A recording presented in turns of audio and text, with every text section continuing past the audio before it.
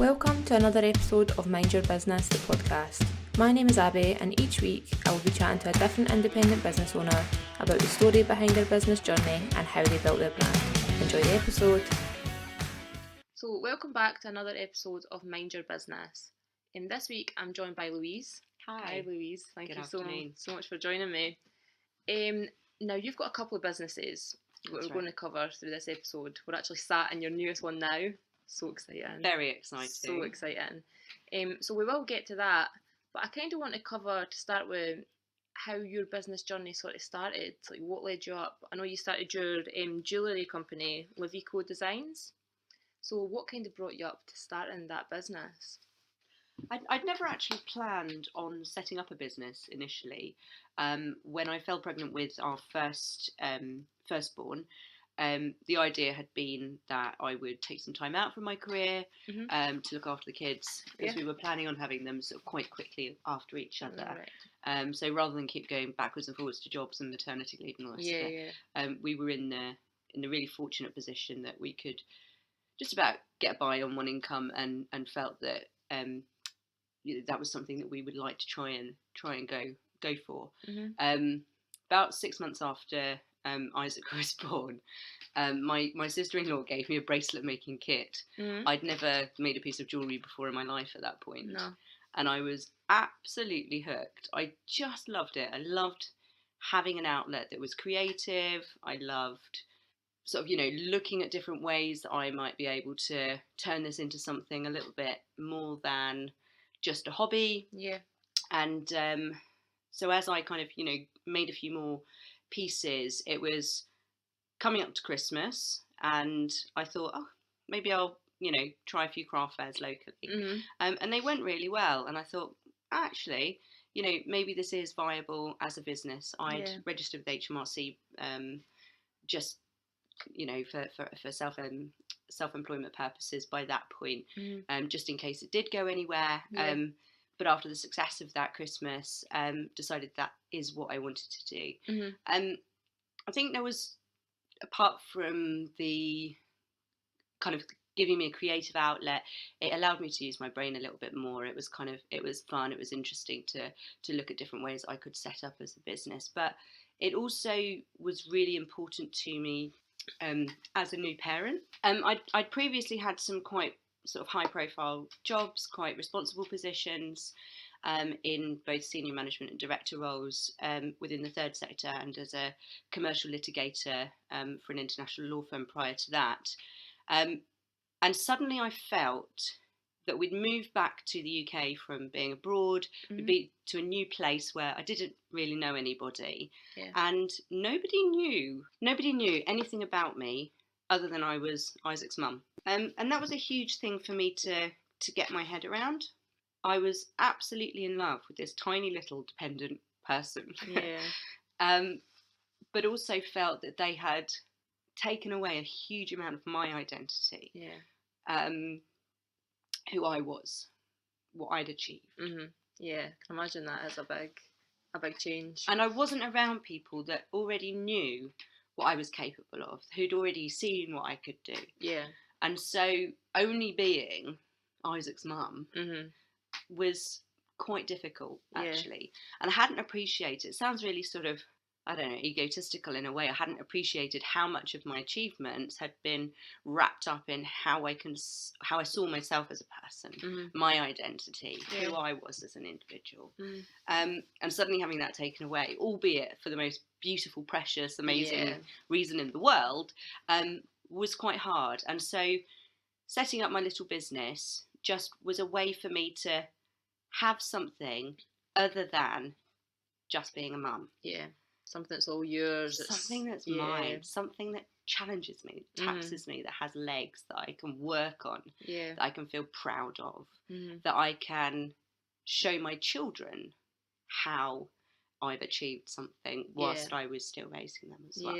And so that was a really important part of why I set up the business in the first place. By the February, I was pregnant again. As I said, we intended to do things quite quickly, and so craft fairs weren't really going to be possible.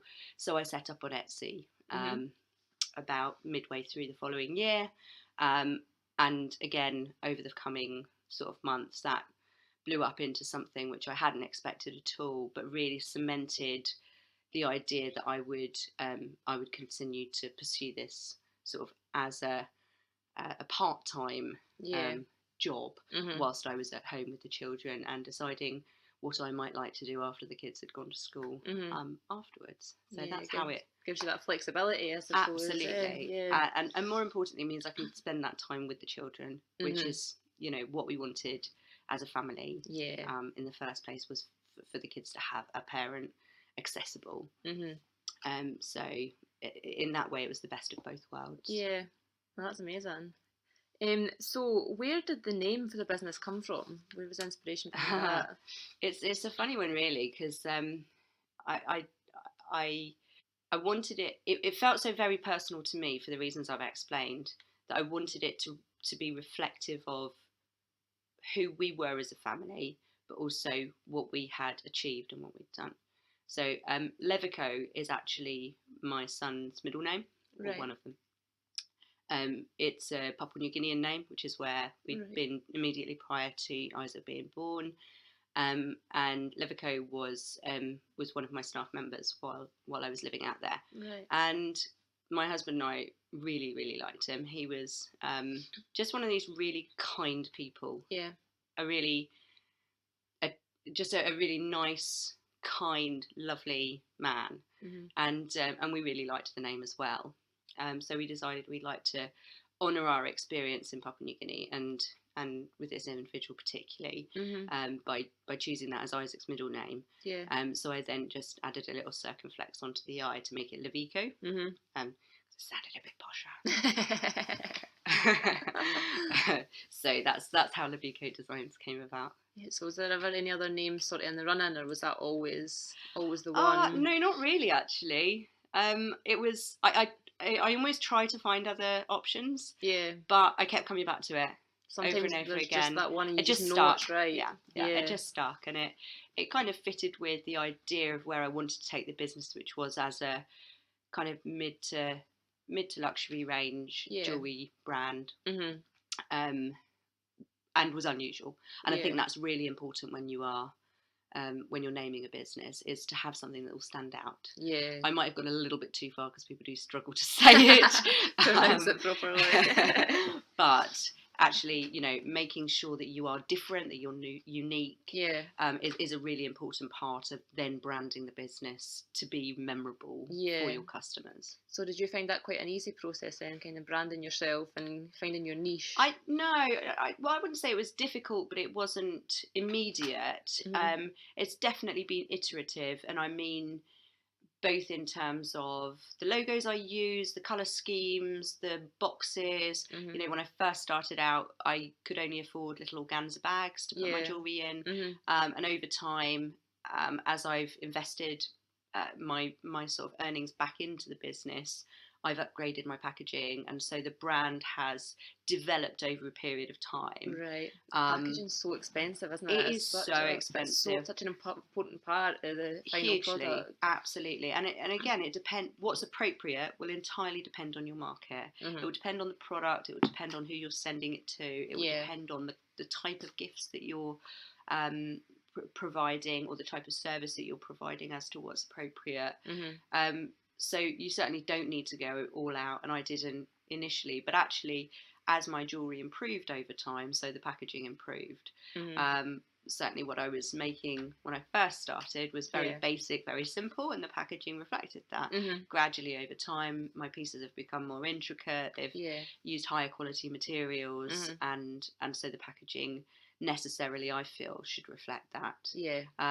But also we have as a family kind of taken on a sustainability journey over a period of time, which has incorporated into the business, and so I now use FSC first certified boxes, whereas previously I didn't, and things like that. So again, that comes down to things that I feel values that are important for the business, and part and parcel of the ethos that we are trying to sustain through our corporate messaging.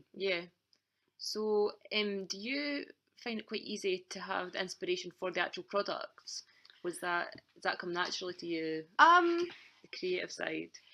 I'd always been creative as a teenager, but then life and business and work and everything kind of got in the way.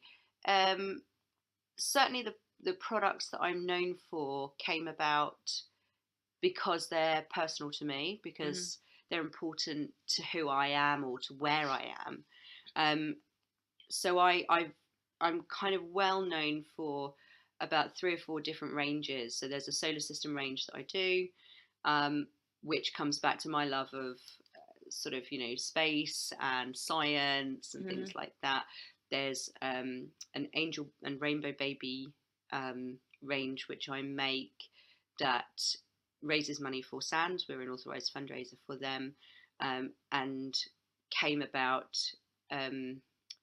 after I'd lost our first baby.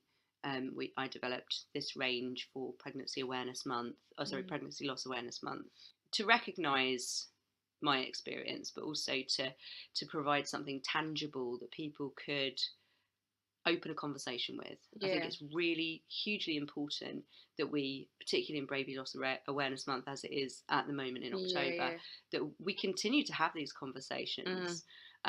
Breaking down that stigma, not making it taboo, is only going to happen if we normalise the narrative around recognising that it is something that happens to a lot of people, but also recognising just how deeply it affects people. You may never have met this person, but they were a hugely important part of your life, and always will be. And so the pieces that I make are subtle enough that if you didn't know what it was, you wouldn't necessarily know, but are significant enough symbolically that if people want to use it as a talking point to discuss or to share their experience, then it's a way to do so. Then I have a Scottish range, obviously being based in Scotland, and that was really a kind of a reflection of just how happy we were to have found somewhere that we felt that we fitted in. We absolutely love the culture, the people, the countryside, semi-rural, and we just feel that this is a really fantastic space for us as a family and to raise our children. And so we're sort of very grateful to have found somewhere we feel is good for us as a family. And so that's sort of reflective of that. And then there's a number of other sort of smaller ranges. So that's how those sort of products came. So they're all kind of about personal to you. But they are personal to me, and so that's where I get those inspirations from. I mean, obviously, people will come along and say, I've got an idea for this, and I'm quite happy to so you create commission stuff. Absolutely. But the pieces that have actually done really well are the ones that have come about because they've been inspired by something I've experienced myself. No, that's amazing. So obviously you've got quite specific ranges. Did you kind of find it difficult to kind of niche your market down to, like, as you say, the kind of luxury sort of end? Absolutely. And I still don't feel in many ways like I have a market. Because each range appeals to a different market. So it's almost like I'm managing a number of different markets simultaneously, but trying to create a cohesive brand and messaging behind that will attract and appeal to all of those different people. So, and I think, and that's where it comes down to incorporating yourself into both your pieces and your marketing. Is that they have some consistency there, even if the ranges might be quite different from each other. So, I mean, there's lots of different ways of doing it, and there's no right or wrong answer. But having something which is consistent throughout your brand is really important. So would that be you then? Are you kind of the... So it could be you as an individual, it could be a cause, it could be a colour scheme, it could be something you're inspired by, whether it's your surroundings or your family or a hobby that you're passionate about. It could be any of those things, but having something which runs through creates as I said, a cohesiveness that actually gels together. And so it doesn't look so disparate when you're outside looking in. Yeah. And I think my aim was always what I always wanted was to be inclusive enough that everybody could come to my shop and find something that they would like, without wanting to spread myself too thinly. Yeah. And doing it in ranges for me has helped. So do you bring out like new ranges, like just as and when you think of them, or is it sort of I mean, I try to keep things within, because of the way that Etsy works. Repeat sales are what strengthens your shop. Right, okay. So having lots and lots of unique individual pieces is not going to do as well for you as a seller on Etsy as having a number of pieces that consistently sell. Because those repeat listings that keep selling is what tells the algorithms that you're popular, that people want to keep buying your stuff.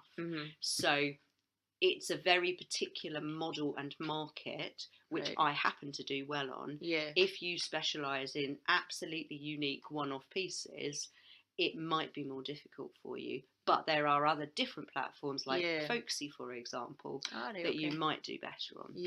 So it's about understanding the platform, getting to grips with the algorithms behind, if you're working online, of course, behind how they operate in order to not beat the system but work with it. So did you ever try out any other platforms, or were you always kind of straight on Etsy? I have tried a few other platforms, and I've tried bricks and mortar shops as well, at various different parts of the country with different ranges in different shops. And also I've got some pieces in a museum in Newcastle, for example. At the minute they were having an exhibition about space to celebrate the 50th anniversary of the black hole being discovered. And so they contacted me and asked me if I would provide a range of pieces for their exhibition, which I did, and they sold so well during the exhibition period. They asked if they could keep them on after up until Christmas. So that's amazing. So there's different opportunities like that pop up, and it's really about testing things out. I'm not going to lie, there's been shops where I've sat there for 6 months and sold diddly squat because my product was not right for that market. I obviously didn't put the right things in there, or the shop owners were not as interested in promoting my products because they were getting a rental income as they could have been. But it's not cut and dry that's always the model. You just have to try things out. As with anything. So Etsy works very well for me, but that's because I think I've managed to get myself a handle on how to optimize their search engines, how to use their tags and titles and descriptions, and the kind of things that Etsy sellers like. Etsy buyers like. I think the more you understand about the platform, it is a lot easier. And that is the same as absolutely anything. If you do not do your research, how can you possibly expect to succeed in anything? No, and that's whether it doesn't matter what job it is, whether you're making jewellery on Etsy or being a bus driver. If you don't know your route, if you don't know your customers, if you don't know how to service and do your job well, you're not going to succeed. And that's all about research and trying things out, as you said. That's all the hard work behind the scenes that people never think about, isn't it? Absolutely. And I frequently pull my hair out when I see, the reason I think done well is because I've learned quickly from other people, and people have been very, very generous with their experience and their time, and there's some fantastic Etsy forums on Facebook that I'm a part of. Right, so you get that support. You join a support network, you work together, you share experiences and ideas, and there's been some hugely generous undertakings by people giving their knowledge and their time to help other people. And I think that's quite inspirational as well. So Jennifer Dodd, who runs the Etsy Sellers UK social group and help group, along with a team of other admins, has been a huge inspiration. She's got tens of thousands of sales on Etsy, but hasn't just kept that information and knowledge to herself. She continually pushes us to do better. Mm-hmm. And I love that about the group.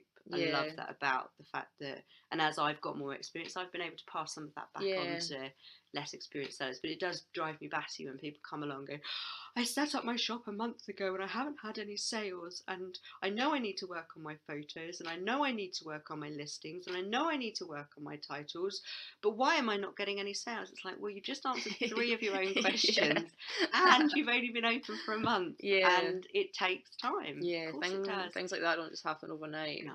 It might appear that they do, but there's a lot of work. Very rarely do. Yeah. But there are free resources and free support about if you look hard enough for it. Yeah, totally. I love to see people kind of sharing their expertise, like you say, rather than seeing everyone as a competition. Absolutely. Kind of like there's room for everyone. Of course there is. Absolutely. You know, and it's you know, on the other side of things, copyright is a huge issue, and from an intellectual property perspective, you know, copying is not cool. No. It doesn't matter whether you're copying Disney's Mickey Mouse or, you know, the lady up the road's handmade, you know, picture frames or whatever. It's not cool. It's not on. It's theft. You don't do it as far as I'm concerned. And anyone that says, oh, well, you know, no one's going to catch me out. Yeah, okay. You went to a trading standard as a pop. It might be a few months, few years down the line, but someone will find and you might be lucky and you might get away with it, but should you? Yes. You know, even if you can get away with it, should you? It can't feel good to know that you're just taking, especially when it's like a small independent business and they've put their heart and soul into something. And but I mean, even if it's a large business, as far as I'm concerned, it's just not something. So it's so hard when you're to put all your stuff out there on social media to get sales and stuff, and you're also putting yourself out there to people just taking it. Yeah. And there's like not much really you can do to stop people unless you see them, catch them red-handed. But again, you know, that's where the forums are really good. People do create relationships and network and develop friendships that help each other out. And so if they see something, suddenly, you know, somebody's product or photos being used on Wish or you know, being sort of scrubbed by another small seller because they haven't come up with their own ideas, you know, they will tell each other what's going on or flag it up for that individual to do something about if they choose to, and that's down to the person themselves. But it's not cool really. No, it's really, if you're going to that much effort, you might as well just think of your own ideas. Absolutely. Exactly. You get so much more pleasure out of it otherwise. Definitely. Just taking something. You can't be proud of something that you haven't actually designed. No. So I mentioned at the start that we're sitting in your newest business right now. Absolutely. So we're here at Grain and Sustain. Yep. A Zero Waste Refillery. Yep. Is that right? So what led you to this place and how did this all come about? Well, basically I had a really, really shockingly bad first trimester. With this third and latest pregnancy, sort of moved into the second trimester, all the morning sickness went. I suddenly got some energy and some motivation back. So of course what you do is set up a new business. Jokes aside, no, a friend of mine was winding down the shop that I currently stock in that she runs in Kinghorn. It's called the Sea Witch. Right. It's a fantastic cooperative of local arts and crafts people from the community, but she's decided to pursue some other endeavours and talk to me about whether I might be interested in taking it over. And so I wanted to do something a little bit different with the shop, and thought maybe I could turn downstairs into a zero waste refillery for various reasons, which I won't bore you with the detail of. That didn't come off in terms of being in those premises. Right. However, I then got the bug. Kind of sparked something. I know, and the more I thought about it, the more it just made sense. It made sense because the community deserves it, because they are totally ripe for it, because Burnt Island High Street is one of the best independent high streets in Scotland. There are already multi-award-winning shops, independent retailers on this high street. And the more I thought about it, the more I thought, do you know what?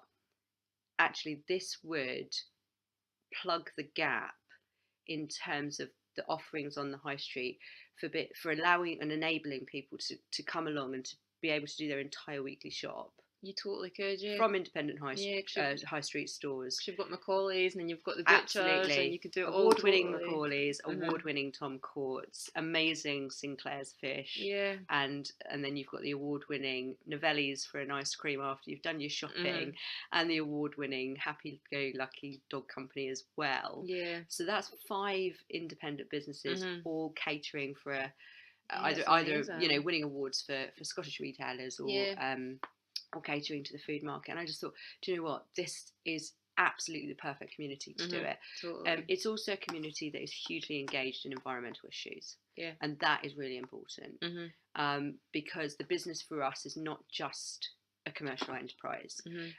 We really take seriously the advocacy and the kind of educational arm of the business as well. And we run that through, at least initially through the Facebook page, but we'd like to sort of look at perhaps setting up a social enterprise that runs concurrently to the business later on down the line. And it's important for 2 reasons. It's important because if you are going to affect behavioural change, which is really generational and impactful, then you need to empower people. Yeah. And you do that through knowledge, you do that through understanding. It is not about me preaching and telling people what to do. Yeah. It is about me presenting information in an accessible manner that will allow people to actually genuinely understand the impact of their spending decisions. Yeah. And that is absolutely critical to the business as far as we're concerned. We believe that this is an appropriate way of operating. Yeah. We believe that actually when you go shopping, it is right to look at your environmental, your carbon effect and footprint. And so if we are as a community going to move towards more sustainable living, more empowered ethical consumerism, we have to have knowledge and evidence-based facts behind us in order to understand what decisions are right for us and right for our families. It's not about me saying you should or you shouldn't do this. Every person, every family has to make the right decisions for them, and those decisions will be different at different times of their lives, and different in different circumstances. You know, we do use bamboo reusable wipes, but we don't currently cloth nappy because my 2 were so lean that just didn't work for us. So we make different decisions in different areas. It's not about being perfect 100%, no, though, is it? Absolutely. And I don't think you can. You can't, and nor should anybody be overwhelmed or daunted by not being perfect. It's about looking at what you can do, what you can manage with your budget, with your time, with your family, what's right for you at the time, and just being conscious of those decisions. I think if you're aware of that, you obviously you want to make a difference, and you're in the right headspace, and you're doing the best you can. And that's what this community is amazing at, both here in Burntisland and in Kinghorn up the road and in Aberdour. I mean, you know, the work that my son's nursery at Aberdour does with the children around understanding eco issues is amazing. The work that the Ecology Centre up at the Loch in Kinghorn does to engage and empower people in environmental issues, and you know, there's Earthship Fife is up there as well. There are loads and loads of green initiatives and activities taking place, and people really are engaged and empowered by it. And so I think that helping people to make decisions which are evidence-based is where we fit in. Helping kids to understand what the impacts are is where we fit in. So, you know, come the new year, we'll be doing some sessions in the shop for Flexi Fridayers and homeschoolers for kids to come along and be empowered. We're working with Surfers Against Sewage. We'll be setting up as a plastic-free community through them and doing some lobbying campaigns. We're sharing petitions that are looking at legislative change, which is obviously what we need from a systemic perspective, as well as the individual changes that we can make at home. And so getting involved in and getting our community and getting our customers involved in those things to the extent that they want to. Yeah. So it's a real community hub really then, isn't absolutely, it? and that's what we're really hoping, as well as supporting individual businesses by creating a space where artists and crafters can showcase their works as well. So I really want it to be a community hub, a community initiative. And the other organisation that we are working with from a corporate social responsibility perspective is the Bumblebee Conservation Trust. And so we'll be encouraging people to bring, any spare glass jars and plastic bags and things like that they've got at home along to the shop and donate them for other people to use. We will be selling them, but we won't be keeping the money. Right. We'll be donating that to the Bumblebee Conservation Trust, as well as supplying some things like sort of waxed paper that can be reused for soaps and things like that to package up, and brown paper bags if you forget your own. So again, we'll be donating those as a business, but selling them, and 100% of the proceeds will go to the Bumblebee Conservation Trust, and to support their work. So it, for me, it brings together my husband's technical expertise as a climate change adaptation specialist and an environmental and conservation advisor, with my background as a lawyer in kind of understanding how to manage multiple projects, with the third sector work I did in Papua New Guinea and with other charities before I took my career break. So it just feels really organic. It feels really natural. Feels like the right place to be doing it. And once I got that bug, I couldn't let it go. Despite being 6 months pregnant. So when that come together, like when did you find this place, and has that been a really a quick process? Well, once I decided I was going to do it, as with everything I do, I moved very quickly on it. So I found the premises quite quickly.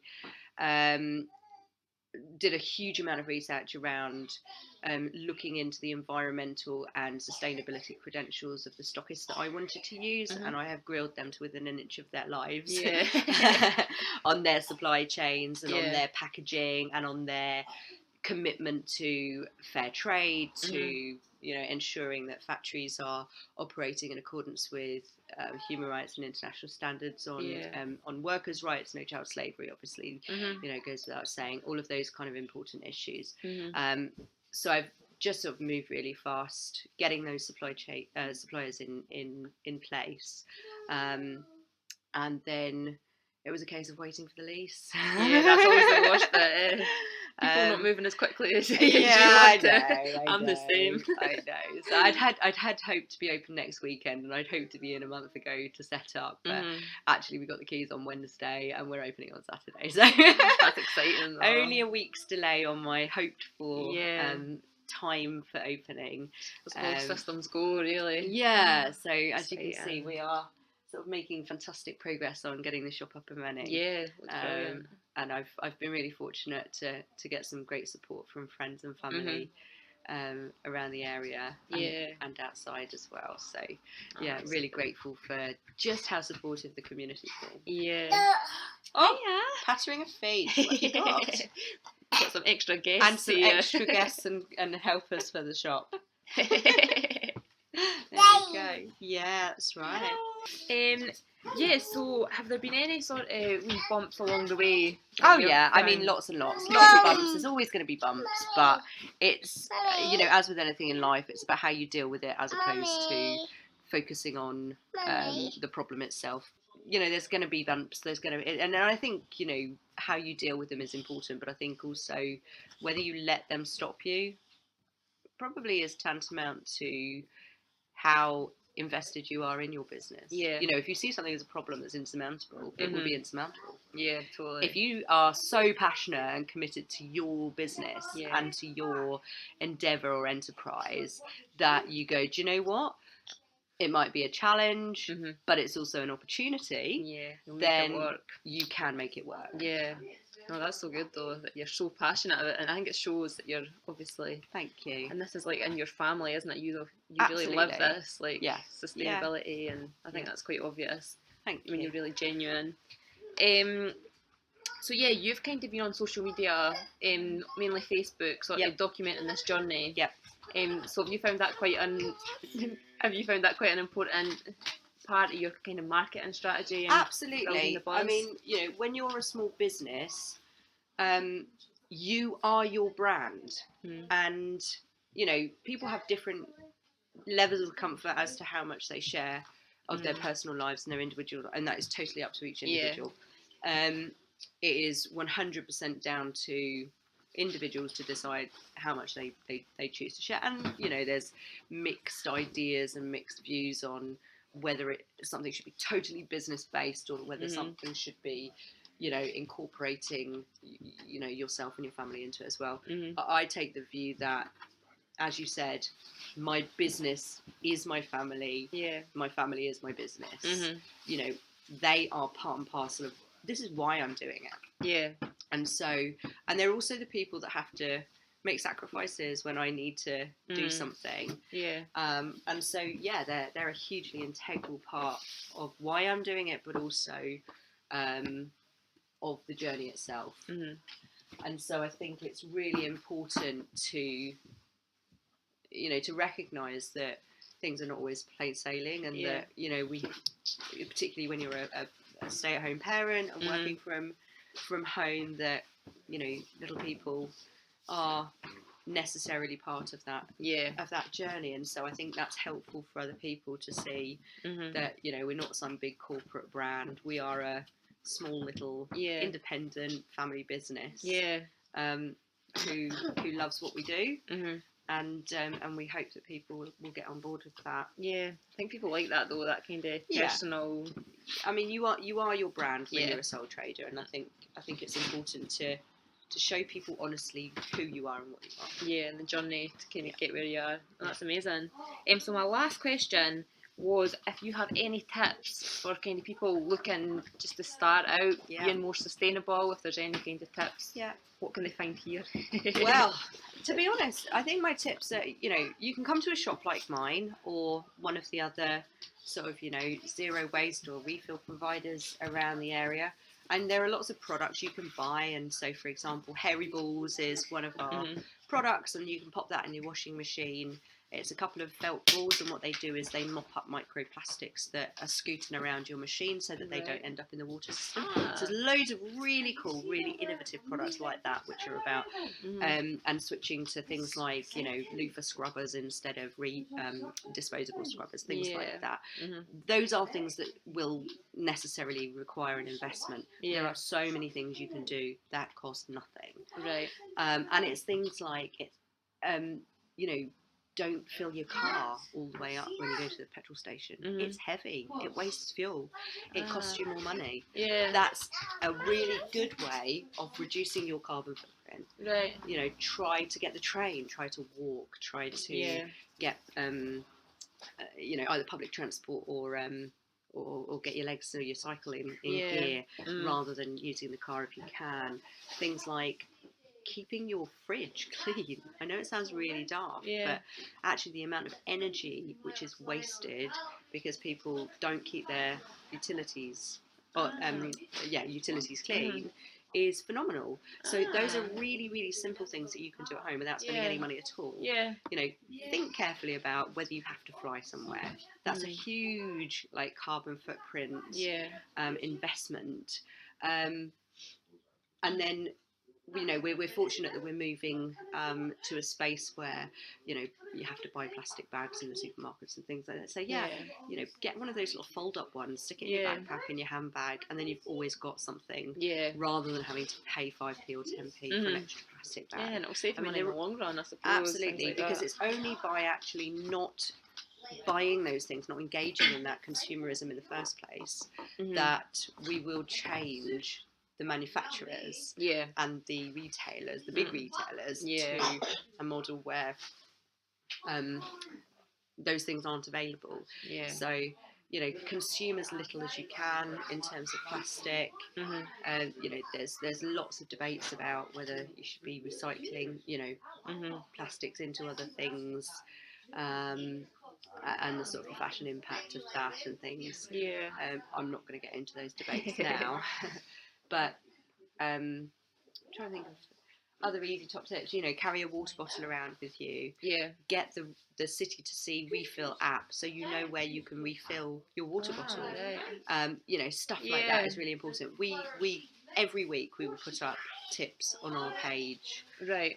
either that we've come up with ourselves or that have been shared on like-minded pages. Yeah. And there are That's continually good, tips. Mm-hmm. One from the Lazy Environmentalist this week was, clear out your inbox. Did you know your inbox has a carbon footprint? I didn't. Really? Apparently my husband did, but I didn't. No. I had no idea. But Right. when you have stuff sitting in your inbox, sitting even in your deleted folder, especially if you're connected to a cloud, where everything has to go to a big mass storage facility, which has to be refrigerated, there is a carbon impact of that, which I'd never even thought about. Yeah, you'd never think of that. Exactly. So have a look on the page. There are lots and lots of really simple ways that you can start the journey. And obviously supporting somewhere like Grain and Sustain. Bring your own containers, fill up, only use what you need. Will reduce food waste, will reduce the amount of money you have to spend on food, but also supports an independent business and stops all that extra packaging. Yeah, so you're not paying for that excess packaging and all the marketing that goes along with that. And absolutely, you're just getting what you need, really. Yeah. Oh, amazing. So I hope that's a few ideas. Yeah, that's great. A few tips, because it's so overwhelming. But totally. Things like that are great. Like amazingly overwhelming, and that's what we want to do, is break down just how much there is about into small bite-sized chunks that you can go, actually, do you know what? I reckon I can do that. Yeah, have a meat day free a week. Have a couple of meat free weeks, days a week. We try and do 4 days a week where we don't eat meat, because we know that the impact of meat production is quite high. In terms of environmental issues. So we're not a vegan family. But and that's a decision for individuals to take. But we do recognise the impact, and so we're conscious about how much we eat, as opposed to just completely ignoring it or going completely opposite extreme. I think just if everyone makes just a few changes, it makes such a difference. You don't have to be perfect. No, absolutely. No. And I don't think anybody can, and anybody who gets themselves anxious or sort of distressed about being perfect, it is not going to do themselves any favours either. You don't need to get stressed out about it. Just do what you can. And that's the important message to get across, I think. No, they're great tips. So this is a wee section that I call Check Them Out. So if you have any businesses, independent businesses, that you want to give a shout out, you can go ahead and do that. Great. If anyone is setting up a business, I would highly recommend you get onto Facebook, check out MIBA, which is the Mums in Business Association. They're an excellent organisation. There are some very accessible and very cost-effective trainings that you can get onto if you want to upskill yourself in terms of social media, marketing, things like that. They do small sessions around the country. There is one in Fife. There is one in Dundee. It's all go in the background here, which is run by Annie Crow. So again, get on the Fife and Dundee MIBA page. You'll network with other women and who are either setting up or have set up businesses. So those are great organisations to get in touch with. Jo King, who lives in Burnt Island, runs an organisation called Bring It to the Party, and she is a fantastic social media guru, as well as doing networking events for local women in business as well. So check out her page. Big massive shout out to the Sea Witch in Kinghorn, because they have the most exquisite, lovely handmade gifts and crafts, including my own, of course. But also just as a massive thanks to Kay and to Sean for all the help and support that they've given me in setting up the business. So there's a number of different organisations and people that that locally, if you're setting up a business, you can get in touch with. Support out there. But also just have a look at free resources. You do not need to be going out and spending hundreds of pounds on a job coach or a life coach. There are loads of resources about Coursera, the Open University. Go for Business Gateway. Look at what training is available through your local job centre. All of those are free resources. There's so Upskill much. yourself, and that will create an accessible way to be realistic about what you can do and what you should be doing when you're setting up a business. So check all those businesses out. I'll tag them all in the Instagram post. Super. So the last thing is for you to plug yourself. So where can we find you online? Where can we find your shop? Go for it. So Grain and Sustain is opening on Saturday, that's the 12th of October, at 135 High Street in Burnt Island. We also have a Facebook page, which is Grain and Sustain, plastic free, Zero Waste Life in Fife. But just go for Grain and Sustain and that should come up. My other jewellery business is Leviko Designs, that's Leviko. And again, we have a Facebook page and an Etsy shop as well.